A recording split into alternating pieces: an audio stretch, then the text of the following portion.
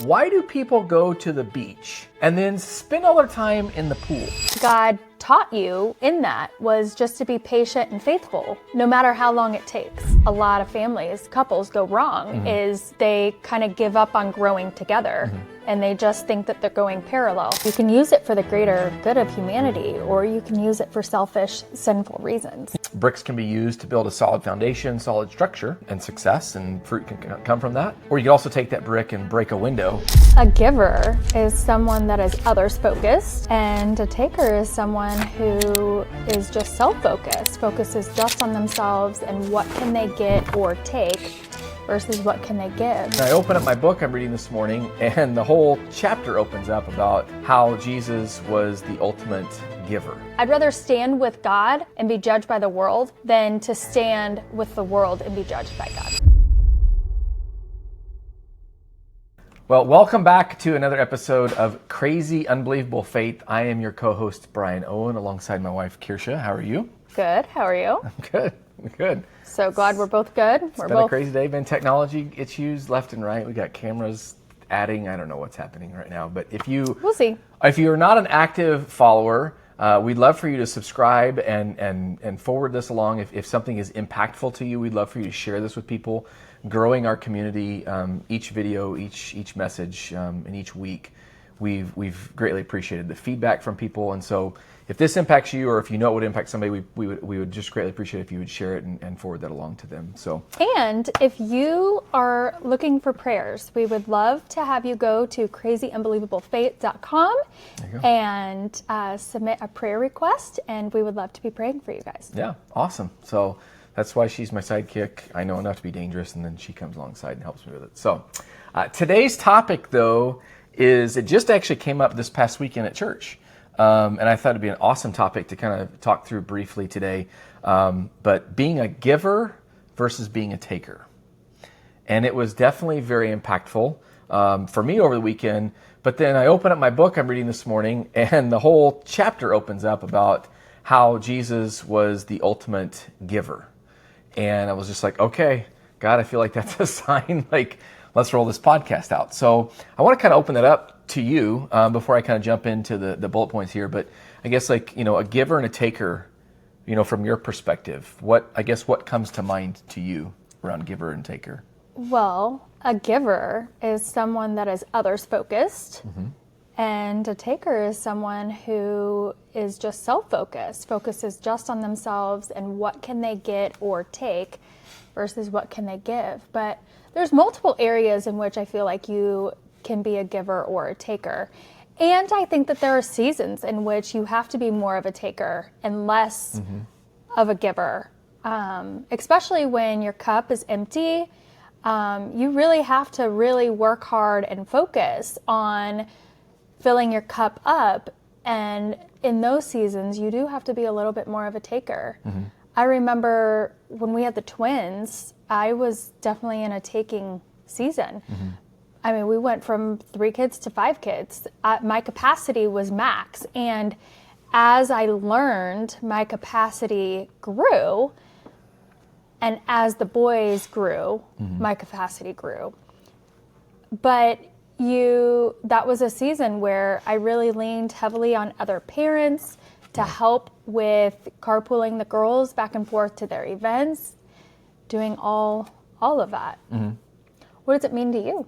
Well, I think, again, it's, being a giver and taker, it's kind of like you were saying, there's seasons that we go through, where I think that there are times where we're giving and we're sowing and we're, it could be time, it could be money, it could be, multiple. It's not, not most people think of giving and just automatically think of, I tithed or I gave money to somebody or something. But there's so many other avenues to that. And so I think there are seasons you go through where it's like, I'm giving to someone, and any of those facets. And other seasons, it's like you were saying, it's like you need to be poured into. I think of it in the sense of kind of that, where do I go to get recharged? And whether that's prayer time in the morning, whether that's when I'm in the deer stand hunting, whether that's sitting on the dock of a lake. Only a true hunter would bring hunting into every let's be conversation. real, like seeing squirrels and being agitated, wanting to just kill all the squirrels in the county, because they're disturbing my hunting, and I think it's a deer. But I think wherever that place is for recharge, and for you, it's the beach. It's the sand, it's the waves, and looking for hermit crabs or whatever you might be doing and photographing, while I'm just sitting in a lounge chair. Like, what are you? Like, just relax. But that's okay. Like, we all relax differently. But I don't really get in the beach. I just sit. But yeah, that's one thing I've never understood. Why do people go to the beach and then spend all their time in the pool when you're at the beach with the ocean? I'm just curious. because it's so salty. Maybe some of our listeners and viewers, maybe you can comment back to us, because I mean, I don't it's, know. Like, are you a beach person and you hang out at the beach, or are you a beach person and just hang out in the pool and just look at the beach? I don't know.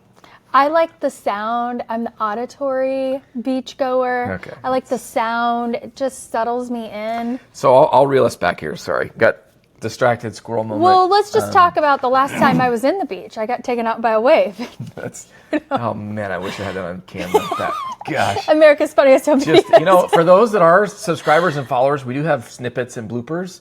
Maybe I could find something and we'll have Chris upload that. That would be just amazing if I could. It get was that pretty there. funny. But back to the givers and takers. There's three categories that come to my mind that we'll kind of unpack, and then there's a fourth one that I think at the tail end of this that I really want to kind of tie a bow on it. So the first one, most don't even want to talk about, is giving or taking in the area of finances. That's a touchy topic. Yeah, I mean, If people could talk. don't like talking about it. I mean, people don't even talk to their own families about finances. It's like we just kind of, you teach your kids certain things and you just hope they figure it out, and you don't really talk about that. Right. And in some instances, rightfully so, excuse me, but in others, it's like being able to take that sage advice and wisdom from them. But from the financial standpoint, biblically speaking, what does biblically speaking say about finance side of You things? are to tithe your first 10% of all income coming in. Yeah.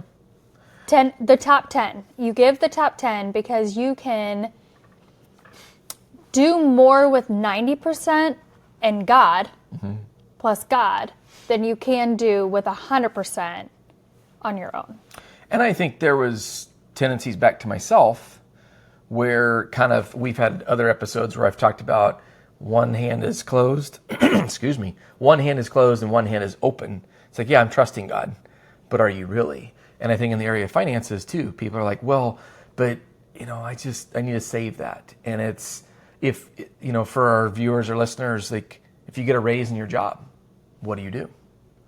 Most people go splurge, they take a vacation, speaking of beaches and all this stuff, like they'll splurge and do something, or they buy a nicer car, or they buy a bigger home, because it's like, well, I'm making more money, and it's like, but did you set that money aside? And are we really trusting God in that? And I know there were seasons we went through where it's kind of like we did, but we didn't. We weren't perfect at our tithing. We could talk about back in 2019 when we first started, we really took a hold of tithing, and that year our income dramatically changed in that year. And then in the years beyond, even there's been raises, job changes that God has provided for us. But I know that there are several people who they only live on 10% of their income because they tithe 90%. Yeah. And as they've gotten more, now those people that are able to do that, they're millionaires. And so they live off of $1 million or $2 million a year, and they tithe, $8 million if their income is 10, just for easy, simple math. Yeah. Well, and I think it's, again, at the end of the day, it's just trusting in God to provide in those seasons where it may not be, okay, I don't know how this is going to happen. And people will say, oh, it was a miracle, or, oh, you were so lucky. That's what people will typically say. I love it when people say you were so lucky. But the reality is God has just blessed us. God has blessed us. God has blessed others. I'm sure there's countless people that are listening to this that have had stories they could come up with of, and I'm thinking of one of our friends from church that it was like, I needed X amount of money that day he was walking in the bank, and he knew he didn't have it. And he walked in the bank, gave the envelope to the bank teller, and we'll have to have them on the podcast as I'm thinking about this. But Yes. handed the money to the bank teller because the story would be much better from them. And he knew the money wasn't totally there. And the bank teller was like, awesome, great, your bill's settled. And he's like, what are you talking about? And lo and behold, like money, what he had counted and then what the banker counted, and he had him recount it. And the banker's like, no, we're good. Like you're covered. And it was just, it's those little God winks, types of scenarios. But again, giving and taking, being able to operate off of the 90% or even less. That's a goal of ours. We've talked about it for several years, is being able to give away $1 million in a year, be it to church, charity, things like that. That's a scary goal. It's a scary big goal, but you have to make a lot in order to be able to do that. Right. And God doesn't frown upon success or wealth. It's what you do with the wealth. Right. I Money think. is neutral. It's Correct. neither good nor bad. It's Yeah. how you utilize it.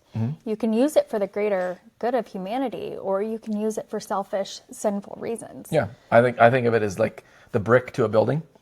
Bricks can be used to build a solid foundation, solid structure, and success, and fruit can come from that. Or you can also take that brick and break a window and rob a facility. And it's not the brick that did that. It was just who's behind it. And so it's just the will that's inside of people. So from the financial spectrum, that was number one.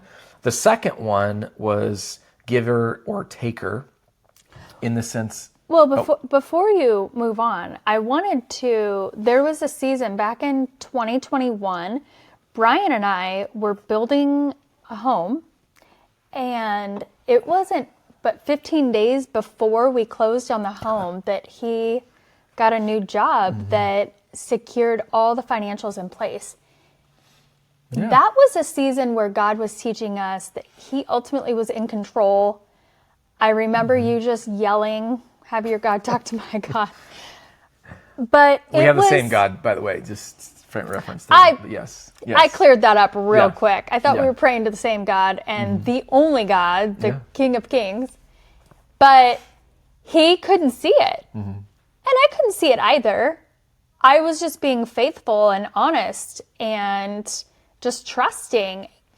Yeah. But I also was okay to go to the very end and know God called me to do this. And if I don't close on this house and move into it, I did what God had asked me to do. And so when you got that new job, it was like this massive weight of anxiety and stress just came off of you. But I think what God taught you in that was just to be patient and faithful, no matter how long it takes. Yeah, just walking the path. And it's easier said than done. I mean, there were restless nights, there were wrestling nights, wrestling with God. And those things still happen. I'm so glad you cleared that up. He did not wrestle with me. No one is perfect. And we do have 5 kids, but it's fine. We'll leave that for another topic. But I know the people that are very type A, like yourself, they're very frustrated with me right now because they said, Brian, there's 3 things. And it's like they just want the list. So the first one, I'm just going to go back to that real quick. Finances, number 1. The second is time. And the third would be your skills or your gifts. And the fourth, I'm going to save that one to the end. So I know you type A people, you just have to wait. But so time, or finances, and then time. So being a giver or taker of time. What are your thoughts around time specifically? Well, time is life. So spending your time wisely is crucial. You never get that time back. Yeah. Stop procrastinating. I'm talking to myself here, guys. Totally talking to myself here. Stop procrastinating. Do life with God in it, and God will bless you in your time. I think a story that comes to my mind is my grandfather. And when he passed away just this past October, thinking about just time with him, and he was 98, almost 99 years old when he passed away. I mean, phenomenal. Just people would be like, man, what, how lucky, how an amazing life. And then learning about, the age of my great grandmother, but being able to have the time to hear the stories from him was very impactful. And it made me think of, being able to spend that time with him. I had a job, I was traveling, and I was, most people don't like travel, but I mean, you make the best of it. And I was fortunate. having the territory I did, and was able to go visit him from time to time. And I remember he'd come out of being in the hospital and came back, and I came just walking around the corner, and he was just like, well, what are you doing here? Totally out of the blue. Like, I'm supposed to be states away from him. But just being able to sit down and have coffee and just talk. And that thinking went through my mind of, when an old man dies, a library burns. And I think that when that comment, it just, I'd heard it several years before, but sitting there with my grandfather, and again, they're getting up in age, and so you don't know what tomorrow's going to be. But that time with him, the stories that were shared, the being able to just ask specific questions, I think that's the cool part. And it's kind of like videos like this. It's time capsules for your kids, for the next generation. Mm-hmm. Like, that's a legacy piece for us. But I think just being able to guard that time and not waste the time. A lot of us will always think, oh, I'll do that tomorrow, or I'll do that in a week from now, or it's the infamous, oh, you're in your 20s, you got so much time. Right. Invest it now. Right. Invest, what is it? Play now, pay later, versus or pay now, play later. Play the rest of your life, or live like no one else will live, kind of a thing. So yeah. And then the third, around the skill sets and qualities, like that you bring to the table. Like, what does that look like to you in the sense of your gifts or your talents? Well, I think it's being a servant leader versus not. This is something that Brian is really good at. He is very much so a servant-hearted servant leader. And we have several children that are like this too. It was something that I was not taught as a child. It was something I've had to learn in my adulthood, how to be more of a server, I was taught leadership skills. I wasn't taught servanthood. I wasn't taught do things for others because it matters to them. I was taught do things for them so that they'll do for you. It was definitely a quid pro quo type of a mentality.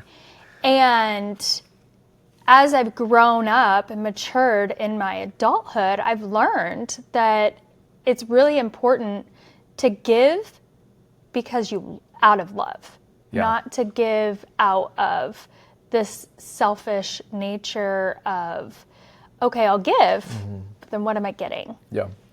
And I think that that's really important to even teach your children, that when they see someone in need, to help, to give them that, not because it gives them anything other than the gratitude and the growth in their character and living out their values, honestly. I think when you talk about, the quid pro quo, I can't even say the word, so it's fine. Quid pro quo. That one.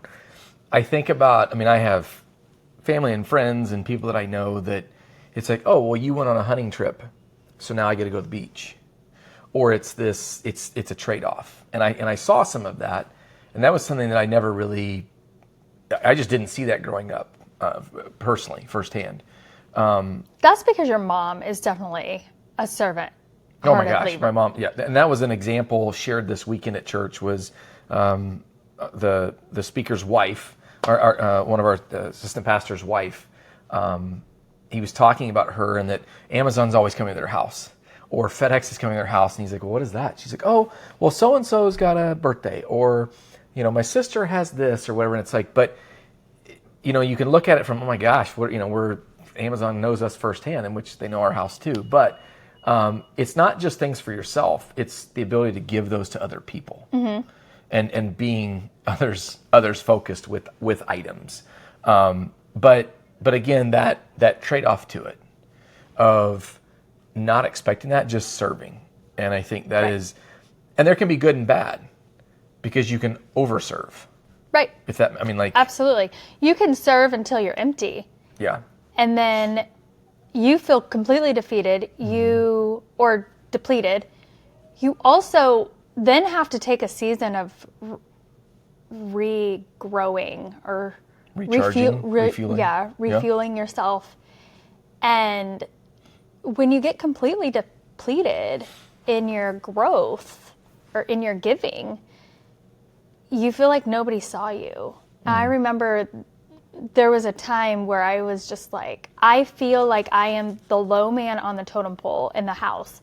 I am constantly giving to all of the kids, I'm giving to you, I'm giving in all of these areas, and nobody is thinking of me. And the lack of thinking of me made me feel like I was being unappreciated. And so there just is a time and a place. And there's also a way to communicate it with your spouse too.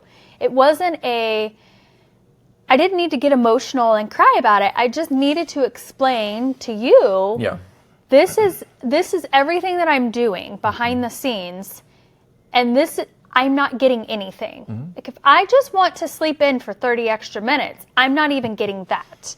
And I remember on Sunday, just yesterday, I was completely exhausted from the week.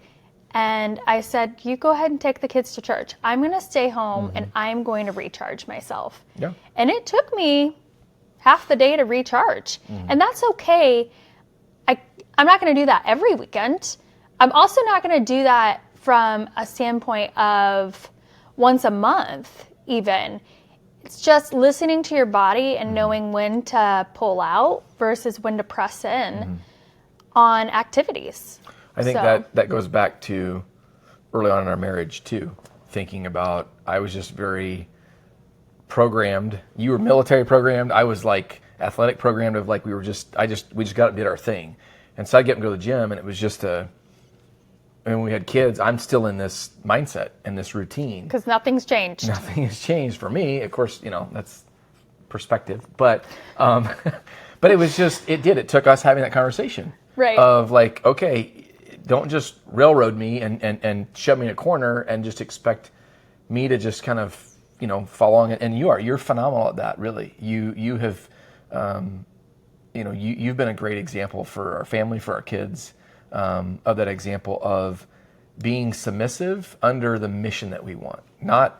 Definitely is not submissive, I can say that. Because she has an opinion about several things. So military falls out of her, let's be real. No, but it's one of those cool things that our kids see us. I mean, we're sarcastic to each other. I get it. Like some families don't like that, and that's okay. But that's how we operate, and that works for us. But it was you being honest, being vulnerable with that, and not coming at it from a, oh my gosh, the sky is falling kind of thing. But I was also had to be receptive to it. Right. And I think 5 years ago, 10 years ago for sure, absolutely, I was still just boom, boom, boom, boom.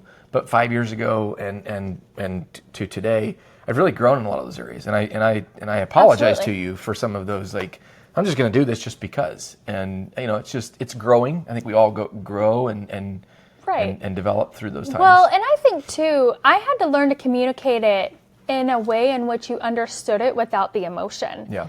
Brian likes it just give it to me. Don't put your emotion into it. You don't have to cry about it.